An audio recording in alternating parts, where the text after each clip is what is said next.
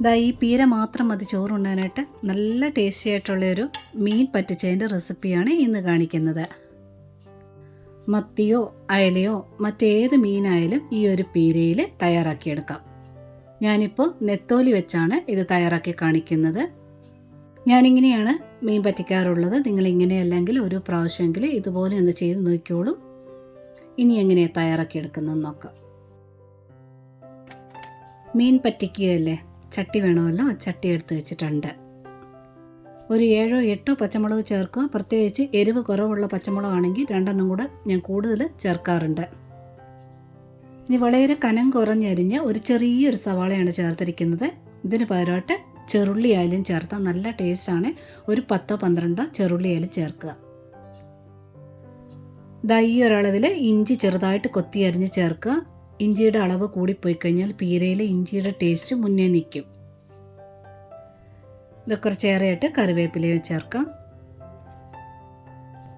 ഇനി കഴുകിയെടുത്തിട്ടുള്ള 2 കുടംപുളി എടുത്തിട്ടുണ്ട്. അത് ചെറുതായിട്ട് ഇങ്ങനെ കീറിയെടുക്കണം. അതുകൂടി ചേർക്കാം. ഇതിലെ പച്ചമുളക് ഞാൻ കുറച്ചേറെയായിട്ട് ചേർക്കും. അതുകൊണ്ട് കാശ്മീരി മുളക് പൊടിയാണ് ചേർക്കുന്നത്. ഈ ഒരളവിൽ വളരെ കുറച്ച് മതി. അതേപോലെ ഈ അളവിൽ മല്ലിപ്പൊടിയാണ് ചേർക്കുന്നത്. ഇനി മഞ്ഞൾപ്പൊടി ചേർക്കാം. ഇനി വറുത്ത് പൊടിച്ചു വച്ചിരിക്കുന്ന ഉലുവയാണ്. വളരെ കുറച്ച് മാത്രമേ ചേർക്കാവൂ. കൂടിപ്പോയി കഴിഞ്ഞാൽ കയ്പ്പ് ടേസ്റ്റ് ഉണ്ടാകും.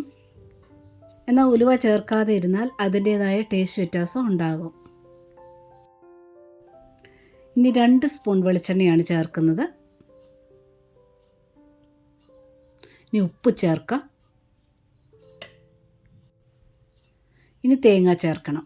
ഞാനിവിടെ 350 ഗ്രാം നെത്തോലിയാണ് എടുക്കുന്നത്. ഒരു 1.5 കപ്പ് തേങ്ങയാണ് ചേർക്കുന്നത്. ഇത് കുറവ് പീരയാണ്. കുറച്ചേറെ പീര നല്ല പെരണ്ടിരിക്കണമെന്നുണ്ടെങ്കിൽ 2 കപ്പ് തേങ്ങ ചേർക്കണം. ഇനി ഇതെല്ലാം കൂടെ കൈ വെച്ച് തന്നെ നല്ലവണ്ണം ഒന്ന് ഞെരടി മിക്സ് ചെയ്യണം. ആ തേങ്ങാപ്പാലൊക്കെ ശകലമൊക്കെ ഒന്ന് ചാടി വരുന്ന രീതിയിൽ നല്ലവണ്ണം ഞെരടി എടുക്കുക. പൊട്ടിച്ച തേങ്ങ തലേദിവസമൊക്കെ ഫ്രിഡ്ജിലിരിക്കുന്ന കാണുമല്ലോ, അതെടുത്ത് തിരുമുകയാണെന്നുണ്ടെങ്കിൽ ചെറിയ പീരയായിട്ട് കിട്ടും.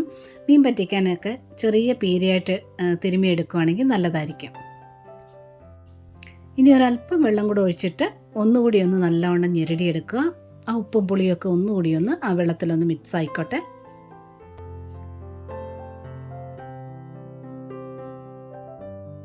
ഇനി ഒരല്പം കൂടി വെള്ളം ചേർത്ത് നല്ലവണ്ണം ഒന്ന് മിക്സ് ചെയ്തെടുക്കുക. ഞാനിവിടെ നെത്തോലി മീനാണ് ഉപയോഗിക്കുന്നത്. ആ മീൻ പെട്ടെന്ന് വെന്ത് കിട്ടും. പോരാഞ്ഞ് മീനിൽ നിന്നും വെള്ളം ഇറങ്ങും. ഇത്രയും വെള്ളം മാത്രം മതിയാകും. ഒരുപാട് വെള്ളം ആയി കഴിഞ്ഞ് കഴിഞ്ഞാൽ തീ കൂട്ടി വെച്ച് വെള്ളം വറ്റിക്കാൻ വേണ്ടി നമ്മൾ ശ്രമിക്കും. ആ സമയം കൊണ്ട് മീൻ ഓവറായിട്ട് വെന്ത് പൊടിഞ്ഞു പോകും.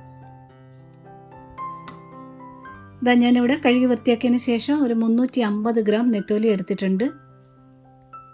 ഇത് നല്ല വലിപ്പമുള്ള നെത്തോലിയാണ്.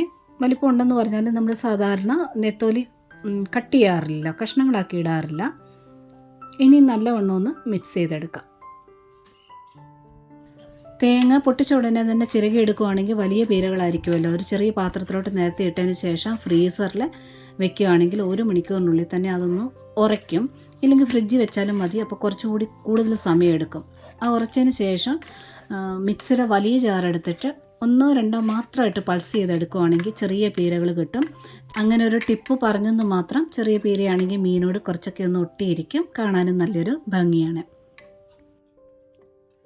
നന്നായിട്ട് മിക്സ് ചെയ്ത് ഉപ്പൊക്കെ കറക്റ്റ് ആക്കിയതിന് ശേഷം ഇതുപോലെ ഒന്ന് തട്ടിപ്പൊത്തി വയ്ക്കുക. ഇനി അടുപ്പിൽ വയ്ക്കാം. ആദ്യമേ തന്നെ തീ ഒരല്പം കൂട്ടി തന്നെ കൊടുക്കുക. തീരെ കുറച്ച് വയ്ക്കരുത്. ഇനി മൂടി വയ്ക്കാം. ഒരു 5-6 മിനിറ്റ് ആയപ്പോഴത്തേന് മീനിൽ നിന്ന് നല്ലവണ്ണം വെള്ളം ഇറങ്ങി വന്നിട്ടുണ്ട്. വെള്ളമൊക്കെ ഇറങ്ങി ഏകദേശം ഒരു പകുതി വേഗമാകുമ്പോഴത്തേന് ഞാനൊന്ന് ഇളക്കി കൊടുക്കാറുണ്ട്. കുത്തി ഇളക്കുമല്ല, അടിഭാഗം ഇതുപോലെ ഒന്ന് പൊക്കി വിട്ടാൽ മതി. അപ്പോൾ ഈ വെള്ളമൊക്കെ അടിയിലോട്ട് പോയിട്ട് വേഗം ഒന്ന് വറ്റി കിട്ടും. വീണ്ടും നല്ലവണ്ണം മൂടി വയ്ക്കുന്നില്ല. ഒരു 3/4 ഭാഗമായിട്ട് മൂടി വെച്ചാൽ മതിയാകും. കുറച്ചുകൂടി ഒന്ന് പറ്റി വന്നിട്ടുണ്ട്. ഇനി തീ കുറച്ചാണ് ഇടുന്നത്. കുറച്ചൊന്ന് വെള്ളം വറ്റിയതിന് ശേഷം വീണ്ടും കുറച്ചുകൂടി വെള്ളം വറ്റിയിട്ടുണ്ട്. ഇതുപോലെ ചെറുതായിട്ട് ഒന്നുകൂടി ഒന്ന് അടിച്ചേർത്ത് ഒന്ന് പൊക്കി വിടുന്നുണ്ട്. ഇതുപോലെ സ്പാച്ചിലുണ്ടെങ്കിൽ മീൻ പൊടിയാതെ ഇങ്ങനെ ഒന്ന് ഇളക്കിയെടുക്കാൻ വളരെ പ്രയോജനമാണ്. ഇനി മുക്കാലേ മൂടി വെക്കുന്നുള്ളൂ. ബാക്കി വെള്ളം കൂടി ഒന്ന് വറ്റി വന്നിട്ട് ഇതാ വെള്ളമൊക്കെ വറ്റി വന്നിട്ടുണ്ട്.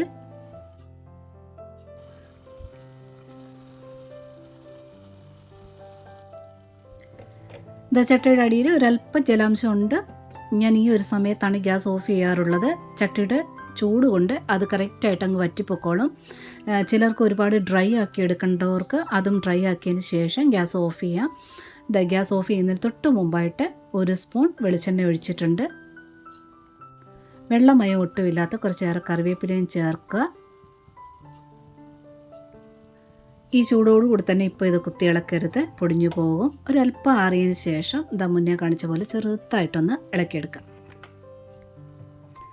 ഈ മീൻ വറ്റിച്ചതിൻ്റെ പീര മാത്രം അത് ചോറുണ്ണാനായിട്ട് നിങ്ങൾ ഇതുപോലെ ഒന്ന് ട്രൈ ചെയ്ത് നോക്കുക. പിന്നെ ഇഷ്ടപ്പെട്ടിട്ടുണ്ടെങ്കിൽ ആ ലൈക്ക് ബട്ടൺ ഒന്ന് ടച്ച് ചെയ്ത് ഒന്ന് സപ്പോർട്ട് ചെയ്തേക്കണേ. കൂട്ടുകാർക്കൊക്കെ ഷെയർ ചെയ്യാനും മറക്കല്ലേ. സബ്സ്ക്രൈബ് ചെയ്യാതെ കാണുന്നവരുണ്ടെങ്കിൽ ഒന്ന് സബ്സ്ക്രൈബ് കൂടെ ചെയ്തേക്കണേ. നോട്ടിഫിക്കേഷൻ ബെൽ ബട്ടണിൽ ഓൾ ഓപ്ഷൻ ഒന്നും ടിക്കാക്കി ഇടാനും മറക്കരുത്. അപ്പോഴാണ് പുതിയ വീഡിയോസിൻ്റെ നോട്ടിഫിക്കേഷൻ നിങ്ങൾക്ക് വേഗം എത്തിച്ചേരുക. ഒരുപാട് സ്നേഹത്തോടെ താങ്ക്സ് ഫോർ വാച്ചിങ്.